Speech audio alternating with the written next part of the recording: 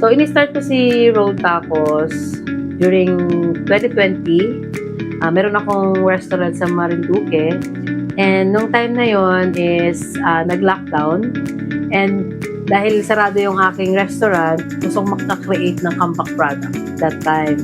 And then, may nakita akong isang idea sa online, which is beef tacos. Pero nagustuhan ko yung idea nila.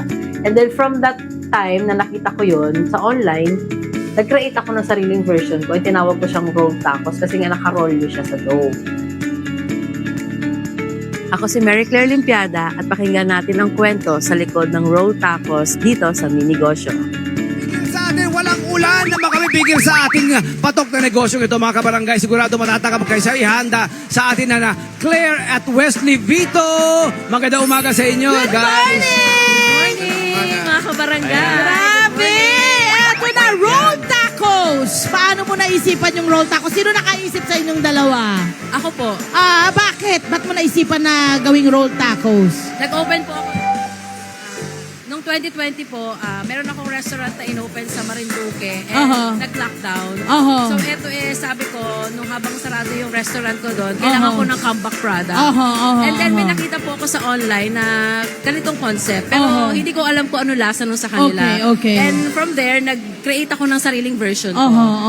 And tinawag ko siyang roll tacos kasi naka-roll yung siya. inyong kasing taco mismo, sarili yung research, sarili yung Yes recipe, po. tama? Yes po. At inabot kayo ng ilang beses bago nyo nakuha yung perfect Ito na po, taco. 7th version na siya ng recipe ko. Pang-pito na. Yes po. Bakit? Ano yung mga problema dun sa unang anim?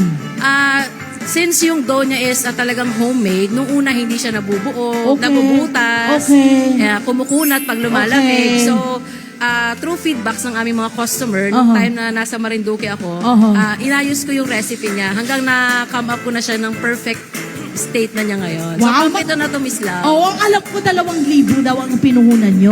2,000. Ano yung inyong kumbaga nabili doon sa 2,000?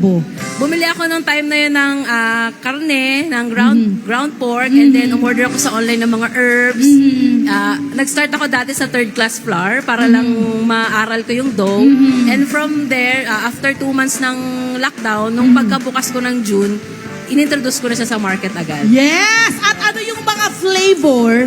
Ito, pinapakita na natin ngayon, piniprito, diba? At Sarap, yan ang ay bango ng amoy. Kung Correct, naamoy nila, mga kabarangay. Pwede mo kasi siyang bilhin, my friend, ng frozen. Yes. Or pwede rin merong nakaprito na. Ayan, So yung yung frozen, frozen pakita natin, paano yung ginawa nyo? Paano yan? Mas tumatagal ba ang buhay dahil sa ginawa Good nyo idea. ito? Correct? Yes po, it can last up to 4 months sa freezer. Wow. Yes, and you can just grab it and fry it anytime you like. Correct. Tapos meron siyang doon sa sa packaging. Meron na rin yung sauce, sausawan. Yes po, that's our original sauce din. Actually, rolled tacos is Mexican and Pinoy fusion. Ang ginawa mo. Yes, yung sauce natin is parang manong sauce siya, yung mga fishball. Fishball! Pero elevated recipe siya, mas masarap. Yan. So, ito yung nakikita natin. May mga iba't ibang flavor ba itong ating rolled tacos? Anong mga flavor ang meron tayo?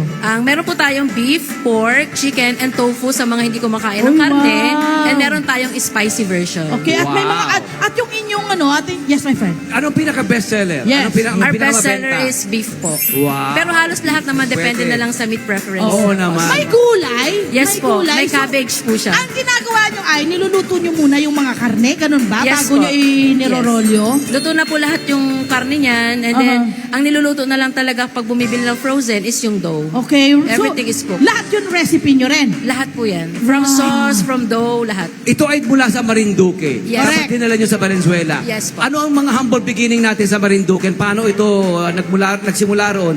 At bakit nyo naisipang dalhin sa Valenzuela?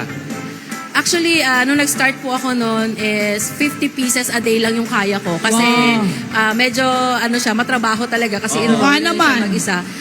The reason ba't ako pumunta ng NCR is to pursue my vision na pag-franchise. Hello po mga Kanet 25! Si Kuya Tony Pet po ito mula sa Love Tony Pet and Everything. For more Love Tony Pet and Everything updates, just click on our subscribe button and follow us on our Net25 social media pages at Net25 TV and at Net25 Entertainment Facebook. Magkita-kita po tayo!